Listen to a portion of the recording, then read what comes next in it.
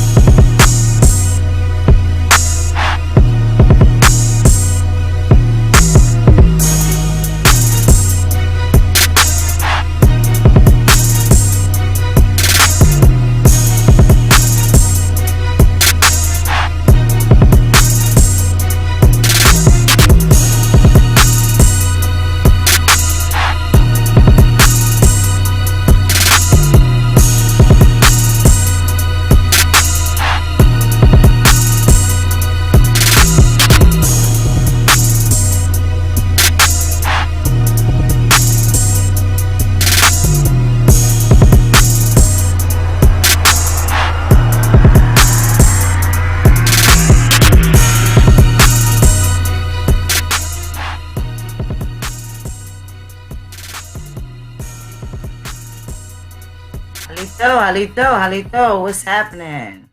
Alito family, what's happening? Everything's healthy. Everything is healthy. What's up, Coach? How are you? Beautiful thing. We got Chief Cali on tonight. What's up, Peace, Cali? peace. Man, y'all always know it's an honor to come sit with y'all, man. Very thankful for you to come through. Well, tonight we're going to talk about the men of valor. That's why I named it. Got a really fascinating story about someone that we adore in Indian country. You could call him the preacher slayer. Well, I'll call him Big Cali. Um, yeah, y'all know you know what he been doing. He been tearing them preachers down. He got he's staying Facebook jail just like Moon. I think this is the longest we've been out in a long time, huh, Cali? right. We'll be back in a minute. Say Yeah. the one wrong thing. One wrong thing. We'll be right back in there. Absolutely, that could change at any moment. At any moment. Um, But that's why it's yeah, always next man up, though. that's right. That's right. So what you got going on, Callie? I just tell the people a little bit about yourself. Man, I'm a videographer out here in Atlanta, Georgia, from Cleveland, Ohio. Um, I've been in Atlanta since like '05. You feel me? So came down here. I was working with a lot of celebrities and stuff down here. I actually had a record deal on the table with Atlantic when I got here. Before that went bad. But yeah, man, that's all I do, man. I had my awakening like 3 years ago, man, and ever since then I just really been on a path of truth, man, trying to wake our people up, trying to get us to think for ourselves, trying to get us to learn who we are, things like that, man.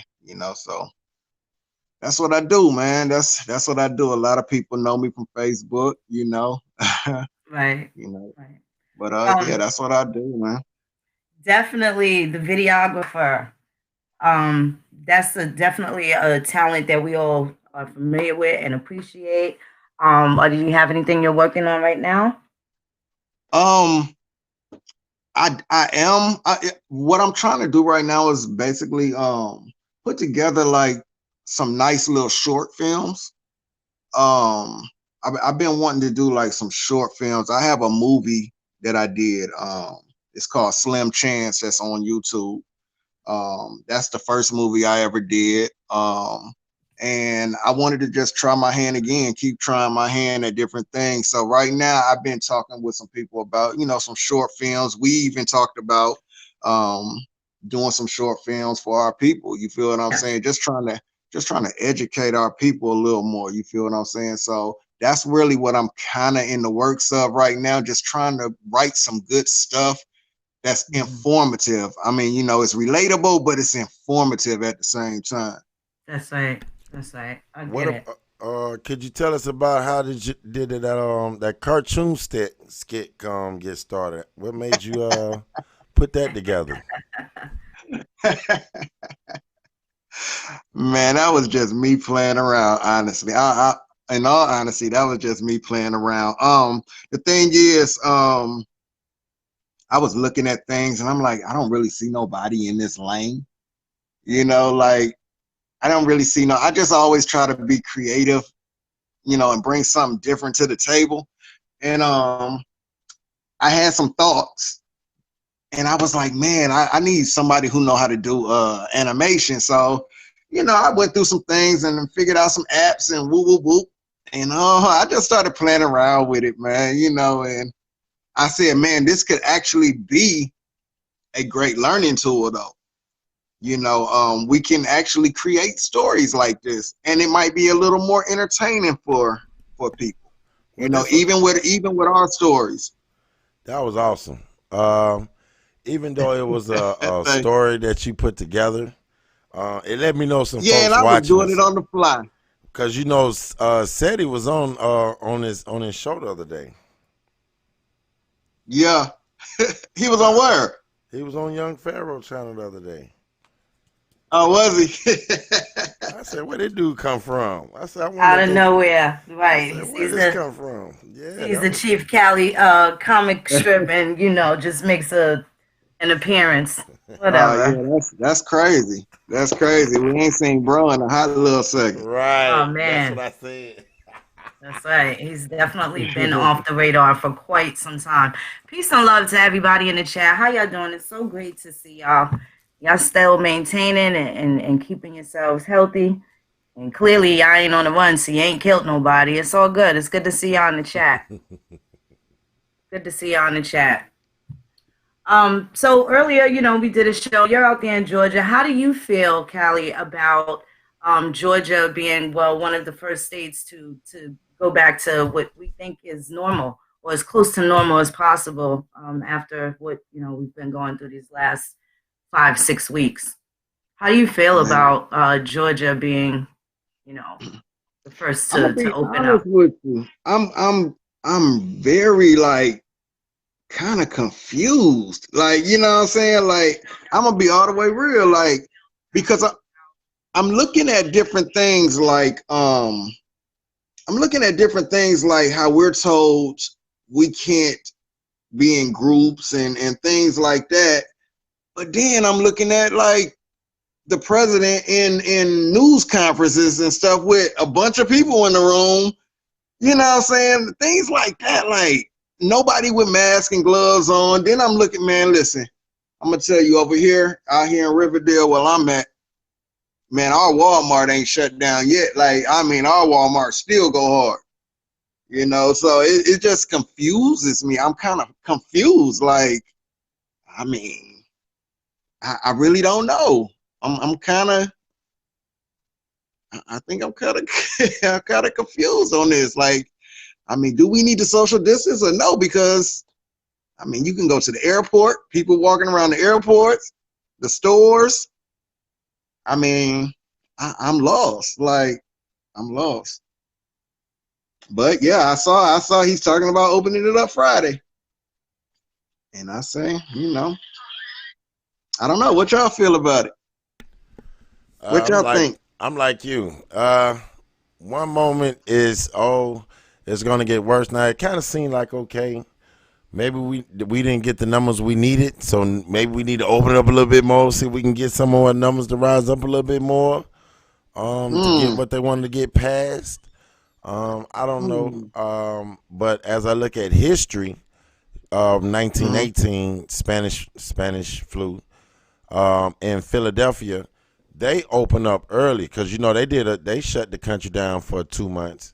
Most of the world mm. got shut down for 2 months during the Spanish flu, and Philly Yeah, bucked and opened up early. And as soon as they opened up early, they had a more people got. parade. They had a parade to influence the war.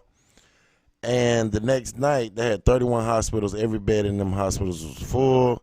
And I think within the next 3 days, it was like 4,500 people died in Mm, Philadelphia. Wow. So it mm. was just like, wait a minute now. History just said now, wait a minute. The first city that came back didn't handle it so well. So maybe I might need to sit my butt down for a minute and see how this handles and how this play out. You know, because Well, you know, with me working in the medical field, you know what I'm saying? I don't I mean, we don't shut down. Like we still go in.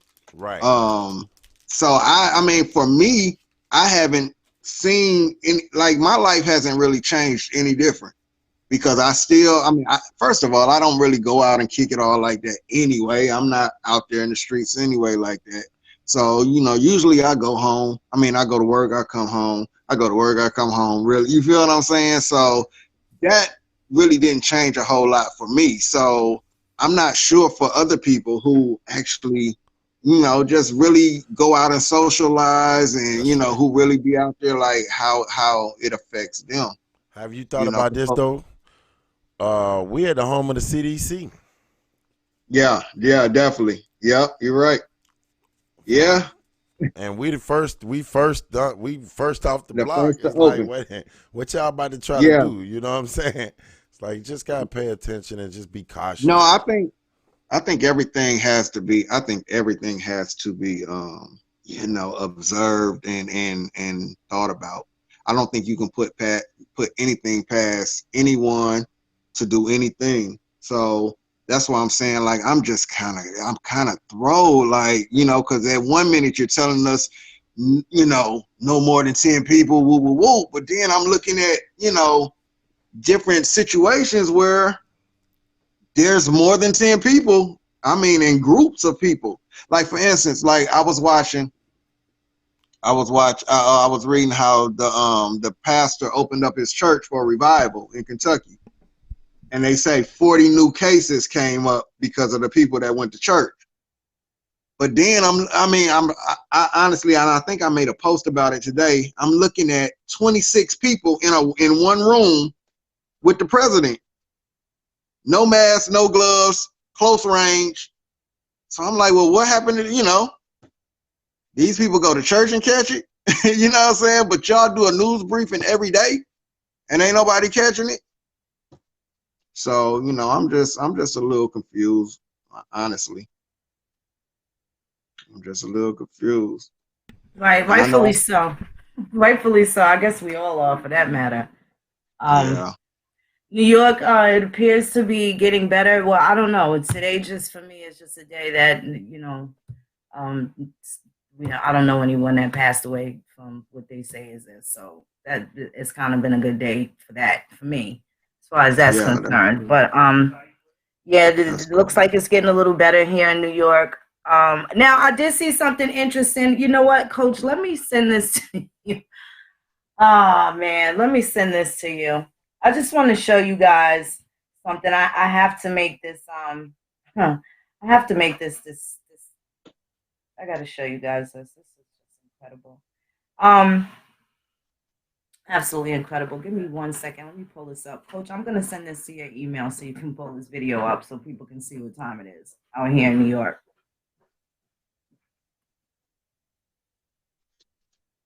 So I heard they was turning people away coming out of New York. Like if you're trying to drive down to other states and stuff, is that true? Well, from what I know, the driving is safe, but in every other instance, going through like the Greyhound or anything like that, they want you to go check in wherever you're going to be, and you better be there for 14 days. Now that's different states. I know the state of Florida was like that. I don't exactly know how Georgia was giving it up, but I know that Florida basically was like, yeah, no, and that was specifically when. My friend's mom died, and she notified them that she was from New York. The whole conversation changed, and it was at that point that they notified her that the two sisters that lived in Georgia, that it would have been a good time for them to come before they closed the borders completely. So yeah, they were definitely throwing shade. Mayor Cuomo, Governor Cuomo, had actually threatened to sue the Rhode Island governor because they had this plan to, just start pulling over New York plates and put them in a 14-day quarantine, etc. So, and pulling over the cars from New York and all of that stuff. So they did change the order. I don't remember what they changed it to, but it was definitely less aggressive than, hey, we're just going to lock everybody from New York up. That's crazy. But yeah, they definitely been shady. Definitely been shady boots to us New Yorkers, man. That's a fact. I do know that in some other states, like even Texas, they had certain ends of the I-20 shut down, so people couldn't come in from, from their bordering states as well, too. So I guess it's all going to depend where you're at. Keep in mind, every state is a different country, so they do have different rules. Definitely different situations Hmm. going on. But yeah, they definitely was hating on New York. That's a fact. Yeah, That is a fact. I heard that was strong. Mhm. Mhm. Yeah, everybody turned their nose up. I'm kind of used to that. Kind of Yeah, used to man, that. I'm very kind of it's almost like we getting mixed signals. Right. Right. So I mean, one minute you telling us this, one minute you telling us that. I really don't know. Right. I really don't Hey, know. Coach, I did send that to you. I want you guys to see what's happening here in the Bronx. And this is a video from somebody, well, he's probably 3 years older than me, so he's known me all my life. But I've known him my entire life. And he's going through the Bronx today, and he shows us, what they're doing and at the new testing centers that they opened in the boroughs. In this case, it was the one directly in the Bronx. And this just tripped me out. I don't know if you received it yet, Coach. I actually shared it on my Facebook page too, so I could just bring that up too. Hold on one second. And it's just like it's people are tripped. They send in mixed signals too, so it's not We just getting ready to the play it right government. now. You ready Okay. for it? Yes. I'm gonna turn up so you can hear because you won't be able to see it on your end. Okay, that's fine. All right.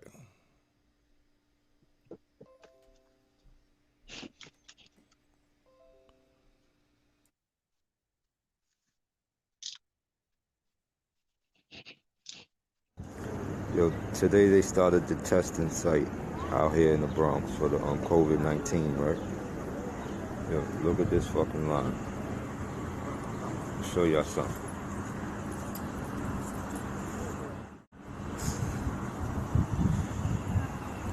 Oh, just walk with me.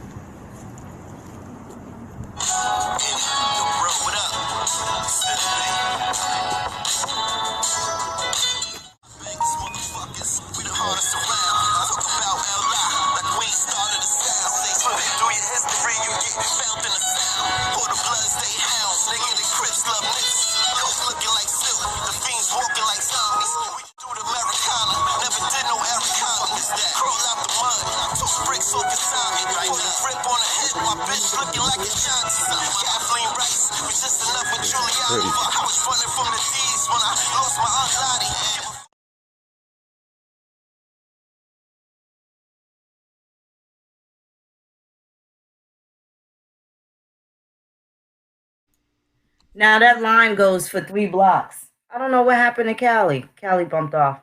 Now that line goes around for 3 city blocks. I don't know if people have ever been to New York City, but our blocks are very, very long. They're extremely long. Um, Now people were rushing to go and get, lined up to go and get this testing for COVID-19. Now, can you imagine that same type of energy with people that were infected with HIV and AIDS? When did they bust down doors or stand in long lines to go and get tested for HIV or AIDS? You see how double standard our people are? They want what they're not willing to give. So they want to know and want to be able to have bragging rights to say, well, I tested positive for COVID, da da da da da, and they lying. What about them saying that so-called black women were the biggest carriers of HIV and AIDS? There was no line. Nobody was making no beeline to get to the health department to go and check on and see what their status was. Still to Right, this day, it's niggas and females that don't know what their status is, and they still out here giving up, giving it up smooth, whatever it is that they're giving up. But I know for a fact, people they did not make any type of attempt to go and get tested for HIV in this fashion that they're looking to go get tested for COVID. How about that? Two viruses that both can kill you. But this seems to be the one that has everybody else's attention. I just wanted to make that point. I know it's a harsh one, but it's a truthful one. It's definitely a truthful one. And that's There's Cali. Let me add the brother Cali back. Oh, sorry about that. Yeah. Yeah, but like I said, so you see the people rushing to go get tested for COVID without any kind of, a lot of them don't have symptoms. And if they did, they would simply go and get those symptoms addressed. And that would be the end of that. But they are actively getting up, going out of their way to go and get tested for COVID. Yep, So I said the same thing you saying. yeah, Yep. but they didn't run out and go get tested for HIV and AIDS though. HIV. Yep, you're right. So You're I'm just right. kind of confused with what it is that the people say that they want exactly. What is it that they're going to do? What are they looking to have done for them? Yeah. You I know? gotta say, I was saying the same thing. We was talking about the same thing today. Right. Yep. So, that That's that's weird. yeah, it's very, very weird.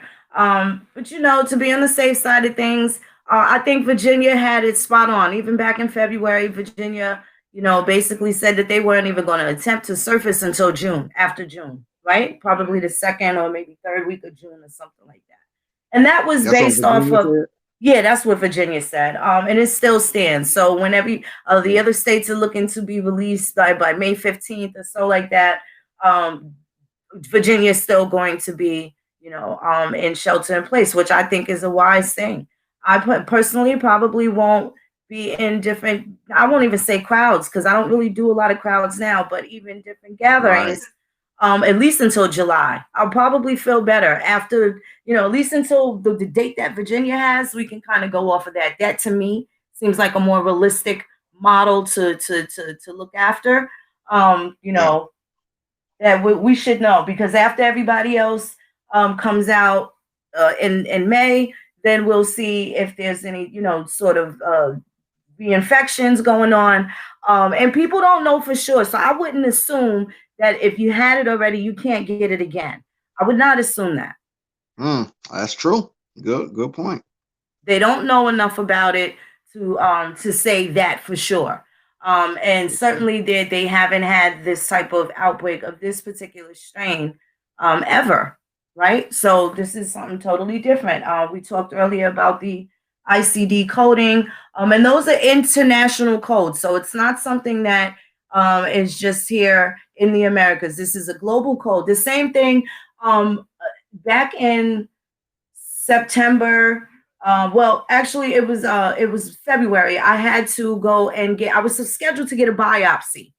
Ultimately, I didn't have to get it. Once the doctor looked at the site and she said that's not anything that I treat any of these people for. But prior to them telling me what happens during the biopsy, and I asked tons and tons of questions. That's just how I am. That's how I do it. And then I give what it is, the type of care that I am looking for. Because I got to Uh-huh. see if they're qualified for it. You can't just refer me to somebody. I need to know what do they know about women like me. You know what I'm saying? Right. And this time, since I came back to New York, I had to switch my health care from California to New York. I strategically looked for doctors that had names like Raheem, Shaniqua Williams. I was looking for those people. I Uh-huh. didn't want any foreign doctors. And I was okay whether it was male or female, as long as I could feel that they had some attachment and lineage to this land, something that would we're both familiar with. I felt that I can they would dig it. have the best level of care. And I absolutely have to say, I have went out my way several times just to report the high level of care that I've received out here in mean ass New York City with this particular network of doctors. And like I said, I didn't need to get the biopsy, which was a tremendous, tremendous relief for me. But what they do when they give you a biopsy, and this is anybody in the world, they place a titanium chip inside of you. Hmm. So people are worried about being chipped and they don't know they have medical procedures. You had a hip replacement, you got serial numbers that belong to a part from somewhere that was manufactured from somewhere, honey. You've been chipped. Wow. Fillings in your teeth. You don't know at what point you could have been chipped. So don't worry about what Bill Gates might try to force on people in the future. Worry about what already happened to your ass and how you've already been Yeah, vulnerable and don't even know if you got caught slipping already. that's real. Damn. That's real. No, that's real. So this A lot of us. titanium chip They place this Yeah. at any site of a biopsy. They will never give you, even if you have the same type of cancer twice, 3 times, 5 times, even they will not do a biopsy in the same spot. So that is when they do the MRI or they do any type of ultrasound or CAT scan. They will see that this site has been treated or tested for a specific ailment. Generally, it's usually cancer when you get a biopsy, right? Or some Yeah. sort of abnormal tissue or something's going on abnormal. Generally, it's something that would have to be removed or cut out, right? Right. So I'm trying to understand, how did people miss that? Their parents, their mothers, anybody that's had breast cancer or had uterine cancer or any type of cancer, you have a chip in you. When they did that biopsy, did you ask your doctors any questions? Were your doctors informing you that this is something that they do worldwide? So you can't say, oh, this is bullshit what they do here in America. They do it in Iceland too. So anybody in the world that has a biopsy has the same little microscopic titanium chip in that site that will glow and illuminate so that any other radiologist or surgeon or what have you in the world will know that this site was touched. Whether they have your medical records or not, they will know when that site was touched, when that chip was placed in your body. Yeah. Yeah. So Man. Yeah, it's a lot going on, man, and there's a lot that's been going on. it You certainly know, is. It certainly I is. really, So, I uh-huh. really look at things like this, man. Like I think what's going on with us right now should really make us look at it, put a mirror in our faces of our own people and say, you know, how did those twerk videos work out for a moment like this? Mm-hmm. You know, how did all that money that you got work out for a moment like this when everything is shut down and nothing matters? You know what I'm saying? But surviving. Like, you know what I'm saying? This should show us just how far behind we are. You know what I'm Well, saying? did you read the book I told you to read? Man, love it. It I should love tell it. you. It should answer a lot of the questions that you're talking about right now. Yeah. Yeah, that was definitely a great read, man. I mean, I get it. You know, and this is why I try to inspire our people, man. Like we gotta do better, man, and digging deeper and trying to learn things, man. Learn things that was taught to us and see if it was really taught to us right. You know what I'm saying? Because a lot of stuff wasn't taught to us right, and we Critical gotta dig thinking. deeper. That's when Yeah. critical thinking comes into play. Like if you're just taught to memorize your whole life. Oh, he said what book? The name of the book was Interview with. I think it was Interview with the Devil. What Yeah, was the it's name? called Outwitting the Devil. But it's an interview with the devil. It's a great book. Great book. You don't even, man, you can go on YouTube and just have it, you can have it read to you. You don't even have to read the book. It's an audio book on YouTube called Interview with the Devil. Great book. Great book. And I mean, I think it really speaks to what we're dealing with right now too. The I man think wrote it it, I really think, back speaks in to 1940 something, but they wouldn't publish it. And then he died, and then his old wife gave it to some college or something, and they published it like in the 60s. And the lingo in the book that he was talking about, packs of cigarettes, and it was just crazy. Everything that he was talking it. about is basically what we're going through right now. Yep. How easy it is to train the mind at an early Yep. age. I mean, he talks about it all. Yeah, it's a great book, man. Great, very deep, man. Talks about how it starts young. Sometimes this is the basically the guy is talking to his subconscious, That's right. you know, um, and the subconscious is basically, is it like the devil? It's like an interview with the devil. That's how the book is wrote. Like he's interviewing the devil. But one thing the devil tells him in the book is, hey, I can't even control you because you know how to control your own mind. You know how to think for yourself. You're no use to, you're no good to me. So y'all definitely should check that book out, man, and see what fits you. at this moment in time. Facts. There's a lot going on in that book. Well, That book.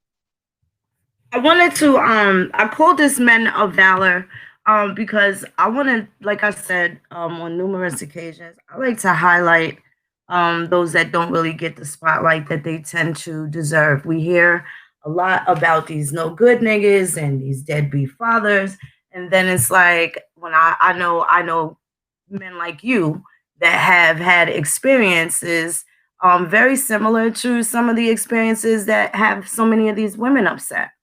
Your Hmm. story is a little different, but you can relate to a lot of things. And certainly, the steps that you did, that you've taken, kind of shows what it is that a lot of these women should be looking for those kinds of characteristics.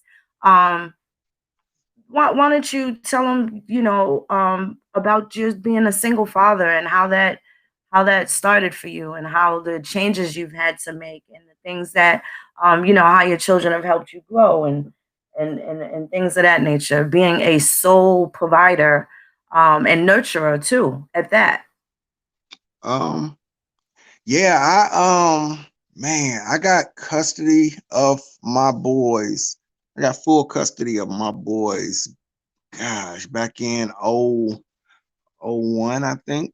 I think I got them back in oh 01. Basically, I was, I was married.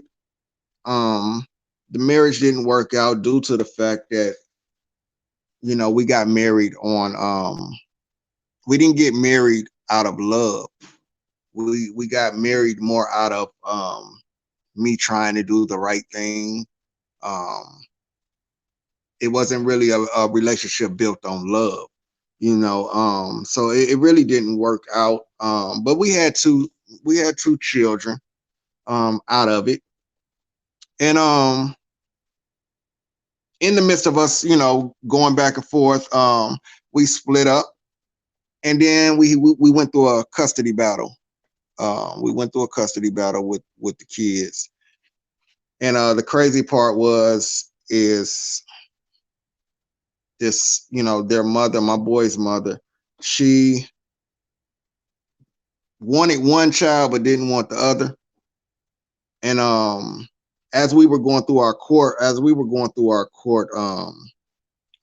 battles, um, I think she pretty much felt like she didn't even have to come to court. There's no way the judge would give you custody of these kids. I don't even have to come to court. So our first court case, she didn't show up to court, and it made the judge mad because this judge was a black woman and she was a mother. And she, when I showed up in court, she didn't like the fact that the mother didn't show up. That was strike one. Um, so we were going back and forth, court to court, court to court, and it came down to that last court hearing. The mother didn't show up to court again. Now, the crazy part about it is this: as much as I was fighting for them boys, they were still going to give her custody of the boys. You know what I'm saying? And the guardian ad litem guy said, he was just going to do it just because that's typically how we do it. Not because she's, the better parent or whatever. It was just, that's what he said to the judge. Judge, I was still going to request that the kids stay with the mother just because that's typically how we, normally do it. But being the fact that she didn't show up to court again, I'm going to ask that the father gets full custody of, both of the boys. Now, my thing with the judge was this. I had got to a point in the case where I was saying, telling the judge, listen, judge, these guys they're blood brothers. And I was explaining to the judge, she wants one, but she doesn't want the other. You know what I'm saying? And and I just kind of begged the judge, like, judge, whatever decision you make is cool. If you give her custody, that's fine. I just ask that you don't split these boys up because they are blood brothers. And when it came down to the judgment, The judge ruled in my favor, and she made sure they didn't get split up. And at that time, like I was telling you guys, at that time, I was in talk with Atlantic Records at that time. So they were asking me to move to Atlanta, and because they had, they wanted to work me here in Atlanta. So that's how I ended up in Atlanta. So as soon as the judge gave me custody of my boys, I packed up and I moved to Atlanta. But at the same time, it was like I was scared. I was scared because it was like, gosh, I don't know nothing about taking care of no kids. You know what I'm saying? But one thing about it is I knew I had to figure it out. It was like, hey, you gonna figure it out now. You know what I'm saying? So that's what I was dealing with. I went through a whole lot of things, with raising these boys, who are now 18 and 16. I never turned them against their mother, or try to turn them against their mother, or talk, anything like that. I just, as my kids were growing up, I always let them know, hey, listen, you guys did nothing wrong at all. I don't want you guys, to ever feel like you did anything wrong. Um, as to why she doesn't want to be around or deal with you, or but you guys did nothing wrong. And I would tell them, like, you guys are so strong. Like, you know what I'm saying? Like, I grew up with both of my parents. I can't imagine not growing up with my mother. I can't imagine that. No, I mean, and not just not growing up with her, but not growing up with her and she's alive and well. She's not on drugs. There's nothing wrong with her. She just chooses not to be in your life. You feel what I'm saying? So I couldn't imagine that. And I'm talking about where we're in the same city. We're in the same city.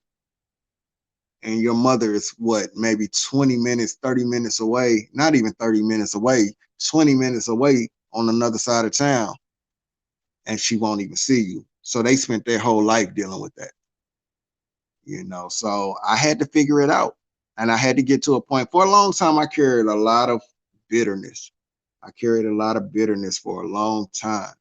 But actually, it was my kids that helped me get over that. Like, it was my boys that helped me kind of get over that, because I looked at them and they wasn't bitter at her.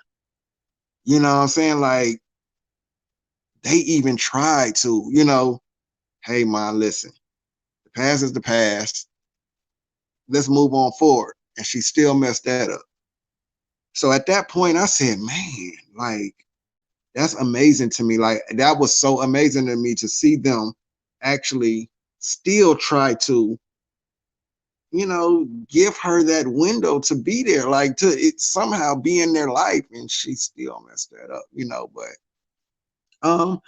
that was just, a microwave version of a lot of what I went through, with raising those boys. And I mean, they turned out to be excellent young men, you know. So I mean, they watched me go through a lot. They watched me go through. I'm talking about one thing they could say about me, and my kids will tell you, my daddy is a fighter. Like, he's definitely a fighter. I had to deal with one of them. My oldest boy dealing with depression, being diagnosed with, bipolar and ADHD. Just a bunch of different things I had to deal with. I'm talking about me being the strongest thing that these boys know. Um, I had to watch my son, break down and cry because he sees, I had to admit him a couple of times into, um, I had to into a, what do you call it, a mental institution a couple of times, due to suicidal threats, you know what I'm saying, and things like that. Right. And just to watch, for my son to see the strongest person he knows in his life leave him at a place with strangers, you know, I couldn't take that. Like, that broke me down. And then, this is the first time they ever seen me break down. And I'm, because I'm all they know. So for me to a lot of things I went through, man, I had to learn on the fly. And one thing that kept me going, man, it was a couple things that always kept me going was the fact that I knew there were single mothers out there who had more kids than me, same amount of kids or more kids than me, and they were still figuring it out. You get what I'm saying? Like, they never gave up. They raised these kids. And I said, man, listen, if they can do it, I can do it. Figure it out, dude. You know what I'm saying? So, and another thing is I knew I couldn't give up because it was like, if I go, where do they go? I'm all they know. So it was just a lot of different things I went through raising them, but that was when I gained my respect for single moms, man, went through the roof, because now I was experiencing exactly what they go through every day, raising children, and I had, there's nothing wrong with my kid's mother at all. To this day, she's still living. She's not on drugs. She just chooses not to be there. She's had other kids. She doesn't acknowledge mine, but I watch my boys and it's like they have went on with their life. Like, it's amazing. Like, it is so amazing to me to watch them. And I talk to them like, hey, what do you guys feel about this? And what do you guys feel about that? And they just be like, hey, man, listen, it is what it is. We moving on. And they like, Dad, you did everything, you was there. You know what I'm saying? You was the one there. That's right. So, so. That's something that they will never forget. I just want to thank you so much for just sharing that because we have to um, show that we have real things that we triumphed over and that we go through. Yeah, Um, and that's real. That's real testimony. That's not a conversation that you'd be able to have with a bunch of your homies. They're not going to be able to relate to that. You know, yeah, some of the things you had to scale back from because you didn't have a babysitter, right? yep, Some of the yes, things that ma'am. you weren't able to do. You couldn't go to college and get all the degrees that you wanted because these you had these other priorities and you had the children and you still got to bring money in and you got to there's a lot of things that go on. It's not just okay, you have the boys. You have to, Yeah, teach them how to groom themselves. You got to do yeah, hygiene. You got to keep the house clean. Like there's a lot of all of things that. that go into it. And then you have to try your best to create people that are strong and they have Right. strong coping skills and able to deal with life's pressures, like, you know what I'm saying? So especially something like You that, having to deal with that, you are so definitely right. and just for them to be able to trust you that you would not abandon them, that's Right. huge. That's Yeah. huge. Yeah. So And I went through a lot, man. Like, my kids watch me go through a lot. They watch me, I'm talking about a record deal on the table. You know what I'm saying? They watch me and they were still babies then. They were still babies then. A record deal on the table to, a record deal being snatched right from one day you got a deal on the table. Next day, you know, that's phone right. numbers, yeah, phone numbers change. They're not picking you up anymore, you know, Hmm. and they're telling you, hey, you know, we'll see you another time type thing because of jealousy, so to watch me, at this time I still had to raise kids, man, and I'm going through a depression. You get what I'm saying? Like, I'm going through a depression, but in time I came to understand why a lot of things happened and didn't happen for me. And and now I'm cool with it. I'm very cool with it because it's my story to tell now. You feel what I'm saying? To help somebody else. But I understand my kids actually getting custody of my boys actually saved my life because I was really, a street dude. Like, you know what I'm saying? Like, and I had to change a lot of stuff, man. Like I was really in the streets. I'm talking about to the point where I was fighting. I had to fight an addiction, to Molly and ecstasy. You feel what I'm saying? And I mean, and these are things I talk about with my kids and everything. My kids know all of this. We talk about all of this, and they watch me, fight through all of that, to be able to still take care of them and raise them, and they watched the roller coaster I went on, emotions, because like I say, I was very bitter towards her because I just couldn't understand how a mother, how a mother walks away from her children. I don't care how much you hate me or how much whatever you feel about me, but these kids did nothing to you. They did nothing to you. And then to watch my boys just like really want that love from their mom. And, to the point where one day I just had to break down and tell them your mom's not coming. Like, I don't even want to lie to y'all no more. Like, she's not coming. Like, she's gonna make up an excuse to why she doesn't come. And then they would have to see this for themselves, So, I just want people to know, man, it's some fathers out there, man, that y'all, them brothers is on their job, you know what I'm saying, and they get overlooked. And I'm not even just saying that about me. It's just because I've actually seen fathers out there, who are actually on their job with their kids, and a lot of times it's women who want to, because they're mad at the man, hold the children, use the children as bargaining chips, and it shouldn't be that way. It shouldn't be that way. But I salute all the fellas and I salute all the mothers, who's had to go through this alone, or I mean, my respect for single moms is, man, through the roof, man. Like through the roof, because that showed me just how strong y'all really are every day dealing with, raising kids on your own. And we still do that now. That doesn't mean that there isn't there's the depression thing too. I think that, and the children feel it whether or not Yeah.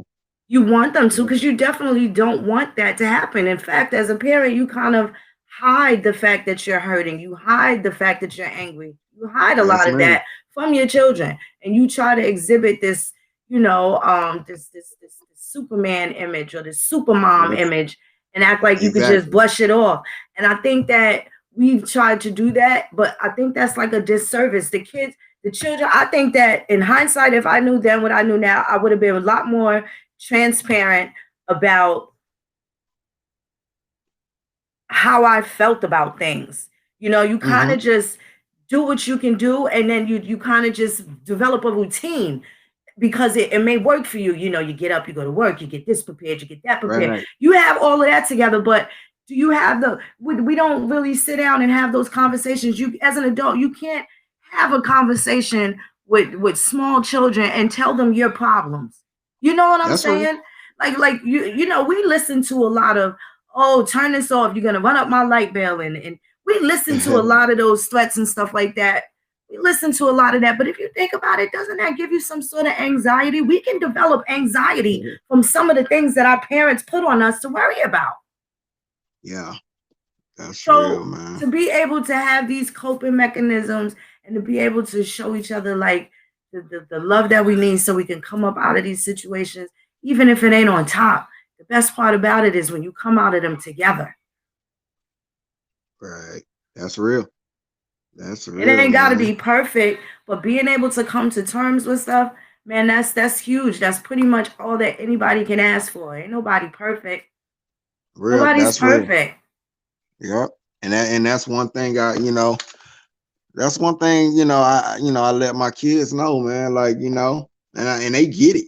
They totally get it. And I think, I'm very blessed to have, kids, that who are very mature ahead of their time, you know what I'm saying? And they get it, and they seen what I went through, and they rock with me all the way through it. Like my oldest boy, he does music, he's a producer. And I mean, when I listen to his songs and he talks about me in his songs, it's like, wow, like, yeah, kids definitely pay attention. And just what you were saying about, we put on this Superman, Superwoman image. That's what I was saying about, for my son to see his dad like break down, boohoo crying because I had to leave him with some strangers and I knew he wasn't coming home with me. You feel what I'm saying? And I had to tell him, like, you're not coming home with me. You have to stay here. But at the same time, I'm boohoo crying, signing papers. You feel what I'm saying? And he's looking at me and I'm like, I gotta do this. So, yeah, we put on that Superman, Superwoman image, but you only human. That's right. You're definitely human. That's right. And we have to not, I won't say normalize depression, but we have to talk about it and have those conversations so that people can identify it. Yes, ma'am. Not only will they be able to identify it, but you get a head start of getting the help that you need before the hurt gets dished out. Man, that's true. That's true. And like It may now not I be a tell my physical thing, just being around somebody that's constantly sad all the time or in a state, and sometimes a lot of times, there's like no gray area sometimes too. Either things are really great or things are really bottom. There's really no in between sometimes. And it's hard to pull yourselves out of those slumps. So imagine trying to be this, bursting ray of sunshine when the kids come home from school or when you have to go pick them up after you had a fucked up day at work. Like none of these things, of course, have anything to do with the children, but sometimes they end up feeling, the remnants of what we have to wind up shaking off. You know what I'm saying? So, but again, years go by, things happen, and then you try your best. And I think this is also a thing too for me. I think it's important to have other supporting family members because I know if I'm fucking up, I know my sisters, I know my brothers is coming to make sure my children are good. I can guarantee that. That's real. That's real. That's my side of the family too. That's definitely my side of the family too. So I definitely understand that. So it's like we gotta make sure that other people are healthy too around our children. You know what I'm saying? Right. So to be able to have those different collateral lines, man, is so important. I remember, and this is funny to me, but I only have one son. And I remember every time I would take them to the park and he would look like he's getting ready to fall, I would grab my face like he about to fall off a tightrope, right? Like looking like, to me, he just looks like the flying Wallendas. He's walking on a tightrope over the Grand Canyon. That's the way a mother pictures it. So I think it was about the third or fourth time I grabbed my face and I'm like, oh my God. And my brother said, okay, we gonna make sure that we bring him to the park from now on. You're not gonna make my nephew no bitch. Because every time you scream, the little nigga start crying. When you looking the other way and don't see him bust his head, he's fine. He gets up, start playing all over again. So I was just like, damn, do I do that? He was like, you're gonna make him a soft ass nigga. Stop screaming and screeching. He a boy. It's gonna be blood. It might be some broken bones too. You gotta let him. You gotta let him. Yeah, that's real. So but my brothers got my son playing basketball, he's doing masculine things. That's you know what I'm saying? Right. But all of that helped until their father was ready to come, because it was a few years before he actually was like, all right, I'm gonna be their dad and I ain't never leaving their side. The first 5 years was like, you sure you don't want to be with me? Choke. Nah, the motherfucker want to come see the kids at 3 a.m. Yeah, I went through that shit. You ain't trying to see the kids now, nigga. It's 3 a.m. Not 3 a.m. Right. So those first few years were rough, but at the same time, I had my brothers. I had with the tools that I needed. It wasn't exactly, and I put a lot of expectations on him too. Not realizing this is his first children. He didn't know any more than I did. Mm-hmm. But in Yeah. my mind, the way that we have it visualized, we think, oh, you just have your baby father. Y'all never gonna break up. You're gonna have 2.5 kids, a white picket fence. You have all this unrealistic shit. That's real. And we That's looking at real. people out of attraction and shit like that, and not really knowing, are these the people that you want to have children with? Can our families? Because once I marry you, I'll marry your family too. You marry my Yeah. family. Yeah, that's real. I don't Yeah. think we kind of just got lucky, but that's not. Those aren't the steps that we actually took. Those are the steps I'm hoping my children take. But that ain't what I did. Yeah. Yeah, man. So, but But you the definitely way gotta be that that example. That's right. That's right. But these are the type of bills that we supposed to have. We got to have these realistic conversations. Um, Yeah. and we gotta like support each other through that. See, now what happens is with females, and this is the problems that I have, because there's things that others can do. The village raising a child, that is not a lie. That's not a myth. That's not just a bullshit cliche. That's absolutely true you know Yeah. so when it comes down to women being realistic about now, because what happens is, as a result of the pain, different traumatic experiences, now when we have to come out of our depression to help our child who's now depressed, we can't have women don't want to have those conversations. They want to Right. act like everything is regular, sweep that to the rug, and they want to tell me about what club they going to next, what outfit they Yeah. got going on, but they won't say why the daughter's Nope. having these rants, and it is those issues, and we don't make each other feel okay telling each other these types of situations so we can help each other out of them. We ain't all got Yeah, the that's real. answers. We ain't That's all got real. the answers, but if there's things that there's an area of communication that I can have where I can assist, and maybe they'll open up and say things to this particular individual they may not want to say to me. As long as it gets said, then that means we doing what's supposed to be done. Still, the village That's is still showing up. Yeah, you definitely gotta have that village, man, and then we gotta get back to that, man. I look at like my boys, even their friends when they come around, or they see me, they like, hey, Pops, what I'm saying? What up, Pops? Or they know, like, oh, that's Jalen's dad, you know what I'm saying? And Mm-hmm. they know, like, I even sit and hold conversations with the hood. Like, you know what I'm saying? We Right. sit and hold, you know what I'm saying? I talk to them, just to find out what's going on with y'all. What y'all feel about this? What y'all feel about that? And they be like, man, your dad's so cool, man. Like, we actually sit out here on this front porch, or we go down to the park, or I'll run into them out there, and I just end up in a conversation with these young guys. You feel what I'm saying? And it's a whole neighborhood of them. You feel what I'm saying? And it's just good to know that my kids, when they friends see me, they like, that's Pops right there. You feel what I'm saying? And they know I'm a positive influence on them. Anytime they see me, I'm always saying something positive to them. Like, you guys, learn this, or you guys stay out the way, or, just saying something positive to them. Or if they got something going on, I let them know, man, that's dope. I'm proud of you. You know what I'm saying? Like, and sometimes those are the things, these kids need to hear, or just, man, just people in general. Sometimes just somebody to say, I'm proud of you, or, that's beautiful what you're doing. That could change a person's day, a whole day, a whole life for some Right. people. That's right. So yeah, the Right. whole village thing, man, we definitely got to get back to that, man. Mm-hmm. I agree. I agree. And just again, I thank you so much for coming on here and telling us that this is something that I know there's other brothers.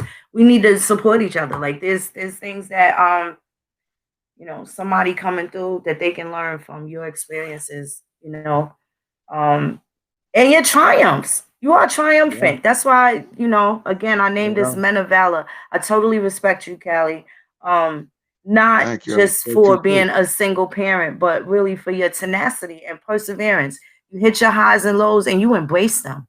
That's not Yeah. something a lot of men are able to do. And then to be able to articulate it and communicate it from a perspective of growth, not shame, not embarrassment, not like you have Right. to alter the story and tuck your tail. You know what I'm Yeah. saying? That's respectable. You dealing with the shit head on. That is going Thank you. to set an example for other people to feel more comfortable to do the same thing. That's how we And heal.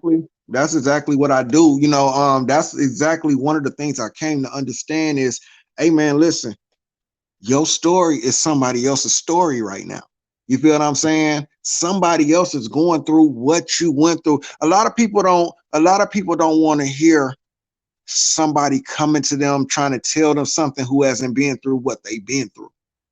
You feel what I'm saying? So a lot of times, like, that's why I don't hold back my story.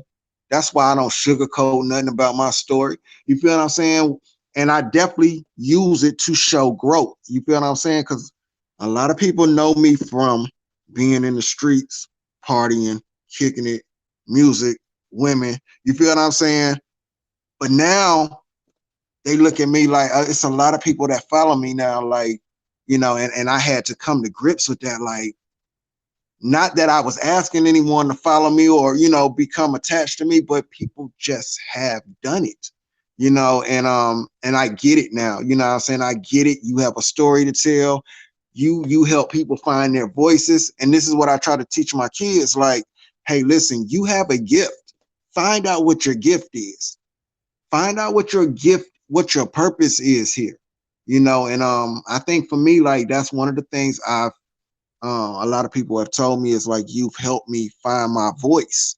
You've helped me find my courage.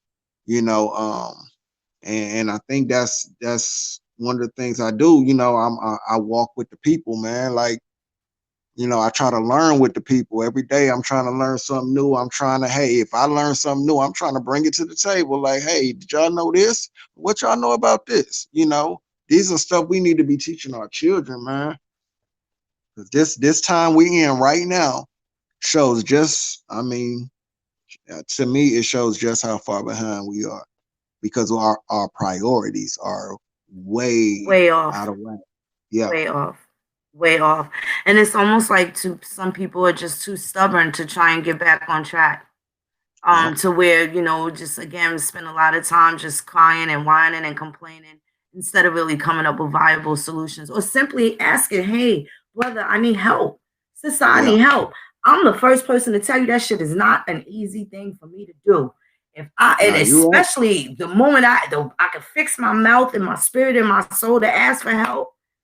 And there's Yeah, that I don't worry about the actual thought of rejection is not what I'm thinking about. The part of being rejected, especially, you know, um, and just bringing yourself to ask. yeah. So, and sometimes people take that moment to give you a whole lot of ass to kiss. You know what I'm Yeah, saying? Not, and you know what? Like I said, like I'm saying, if you even then, if you have to fix your face, sometimes you got to ask for help. Nobody knows that you're hurting that's if real. you don't tell them that. Nobody That is knows so how they real. can assist you if you're not honest about You some don't of the open your things mouth. that you're That's going right. through. The squeaky wheel gets the oil, and the closed mouth don't get fed. I always That's tell the true. tale of one of our homegirls, and she was quick to pop off on them on the babies. I don't care if they were 6, as long as they can sit up, they can get slugged in the chest. That's just how she was rough. Yeah, But at the point where she one day was like, look, I don't want to hurt these little motherfuckers. I need you to hold them down. There was no yeah, calling, no CPS. You take all the time you need, girl. Take the yeah, time you need. I respect you. It's gonna be all right. Don't take too man. long. Come show your head in. Let them know you love them. Yeah. But don't Nah, you that's take I you definitely. get done what you need to get done. You know. And then Yeah, I that even you definitely have to feel shut that. other people down, girl. Why you still got them kids? Why you none of your business? Right. Because this is where they need to be right now. That's it, and that's all. I ain't got to get into old girl business with a bunch of people that don't care. They not gonna buy one pack of boxes, one pack of fucking Yeah. t-shirts for these kids. So what the fuck are you worried about? Why they in my house? Yeah, and that's so respectable too, man. Like, to be able to step up for your people, man. It's that part of the village. And then being able Yeah, to accept the fact that it does not matter how much you do for people, what type of Samaritan you could be, Mother Teresa, Mahatma Gandhi, you be all the most givingest people in the world, and it don't mean a motherfucker let you sleep on their couch if you ever fall off on your back pocket. that's true. Don't mean That's a true. motherfucking thing. That's true. Yeah, man, I agree. And that I shouldn't stop agree. you from figuring out how to get back to your own couch. It should motivate you, in fact. Right. Yeah. Pain, period. We have to learn how to have these mechanisms and take our trauma and take our pain and turn that shit into a plus. Turn that shit Definitely. into a positive. Definitely. That's the truth, man. And that's definitely what I've tried to do in my life, man. Right. And try to, and I try to encourage other people to do the same thing. Definitely do that. Take that pain, man. Take that pain and turn it into something. And that's what I tell my boys, man. Like, I can't, what y'all went through, not having your mother in your life, I can't relate to that. You know what I'm saying? My mother was always there. My mother's still there to this day. So I can't relate to that. You guys have a story that is somebody else's story somewhere, and you're going to be needed in the universe somewhere to help somebody else pull through because you've been where they've been. So, I try to always tell them, yeah, take that pain, man, and use it. Use it, man.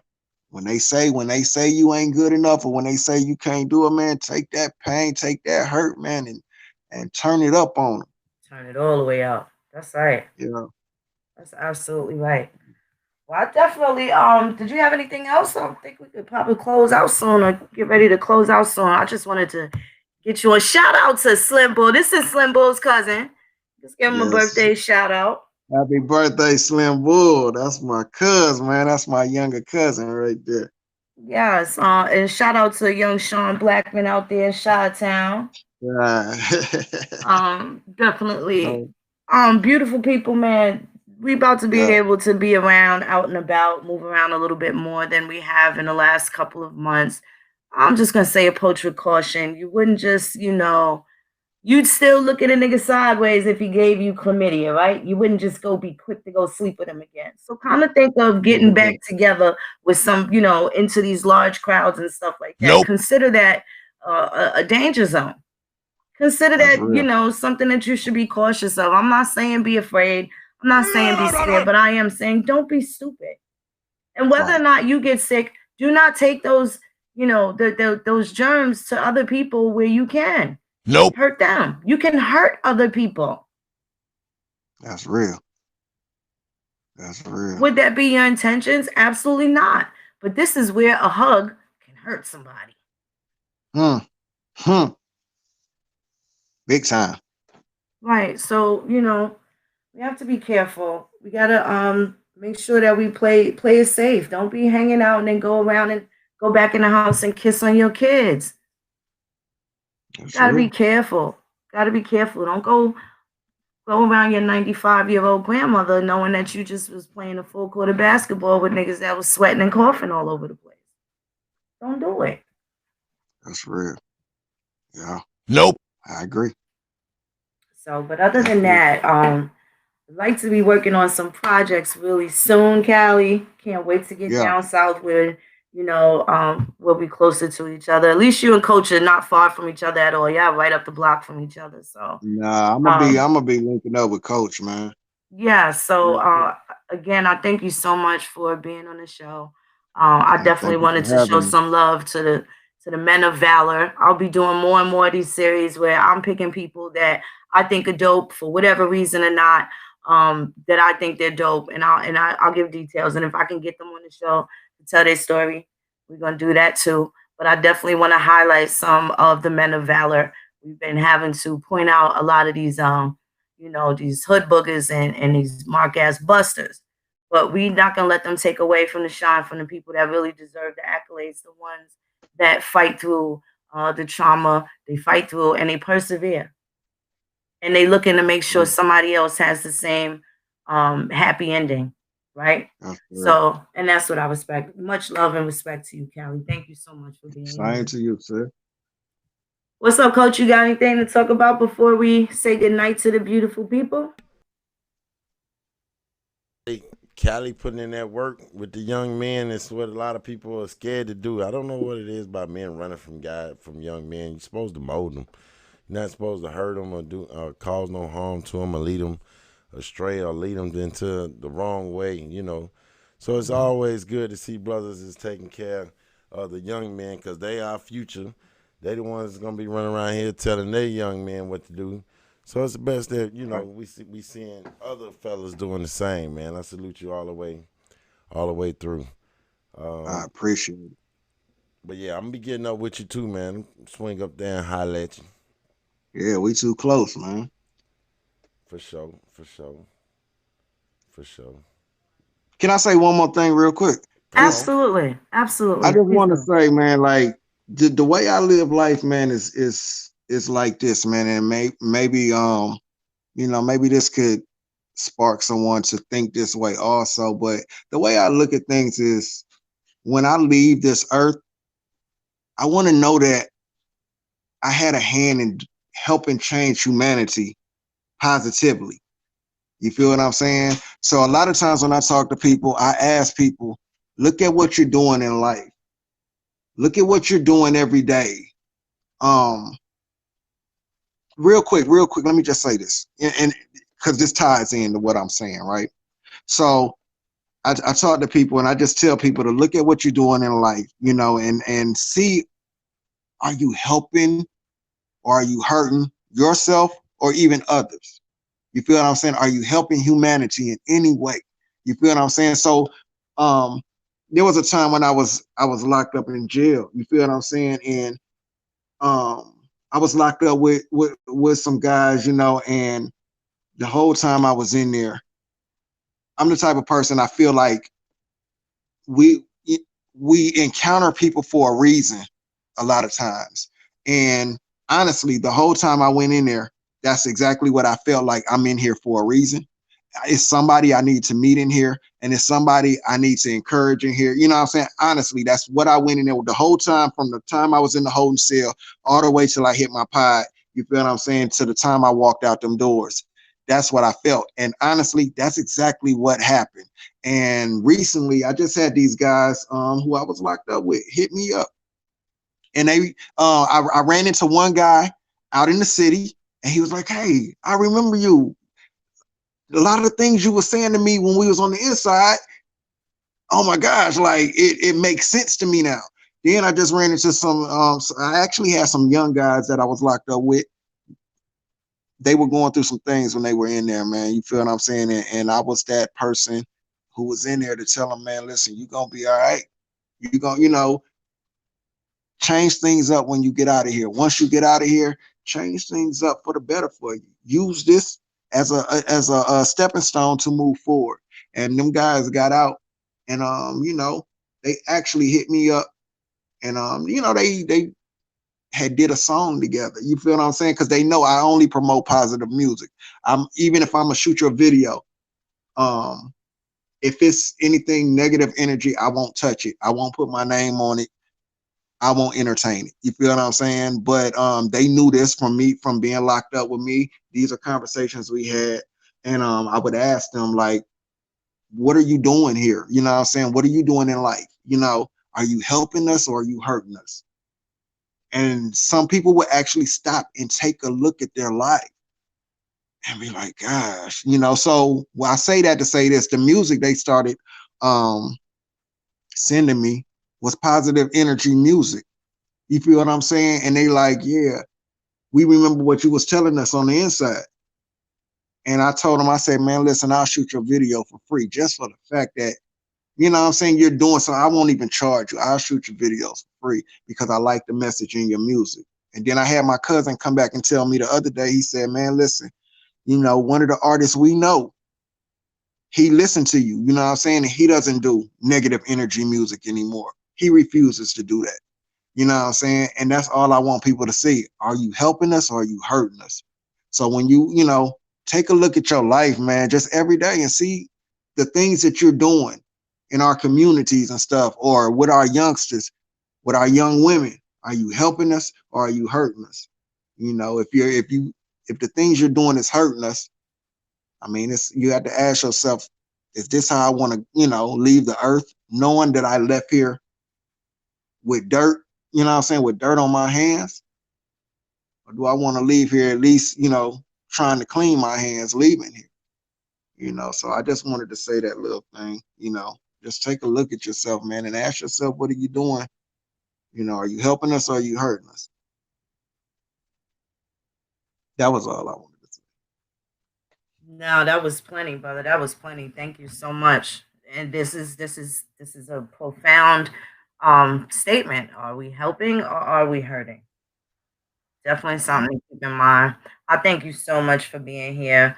Everybody in the chat, it's been real. So glad y'all came through. What's up, Burnish Brass? How are you, beloved? I'm happy y'all still hanging out, because the more I see y'all here, the more I know y'all taking care of yourselves and keeping well. It's a beautiful thing. And then for the people in the back that don't hear what we talking about, go and check on your loved ones, because this niggas that been in quarantine this whole 6 weeks and still ain't never checked in on none of the other peoples and shit like that. So they don't even know what's going on their side of the world or anything like that. So, gotta stop being so selfish. Check in on people before it's too late. Call them elders up. They ain't got shit to do, nothing to distract them now. Call them up, see if you can get a conversation, find out where they went to school. Find out, what did they own? What was the first car they bought? Ask them what was the first record that they purchased with their own money.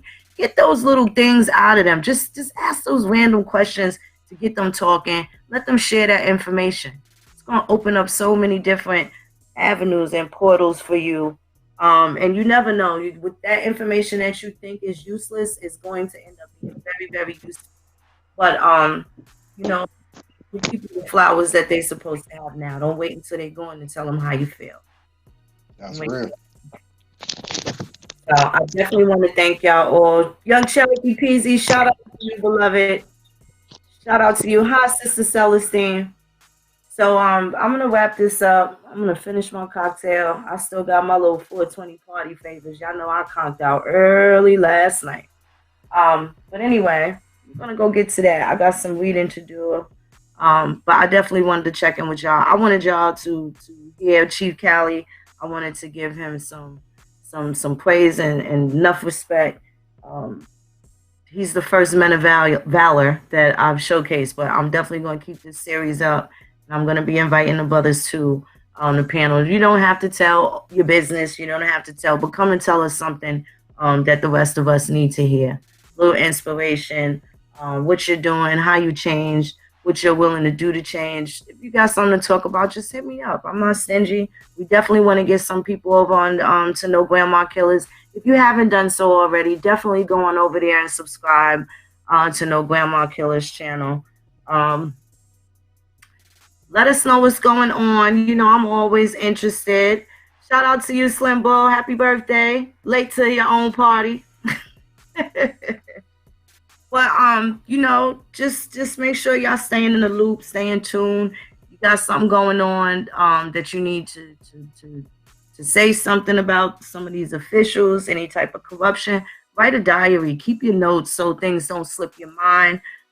When it's time to kick ass, you want to make sure that we ain't shadow boxing. So I'm not saying you ain't got no legitimate beef, but make sure you got all your I's dotted and your T's crossed. So we don't got to worry about losing. Don't gotta worry about losing. Niggas gotta be tired of losing. It's time to win. All the losing we done happened already. That shit is a thing of the past. It's time to win. It's time to win. That's it and that's all. Chipisa la chique, beloveds.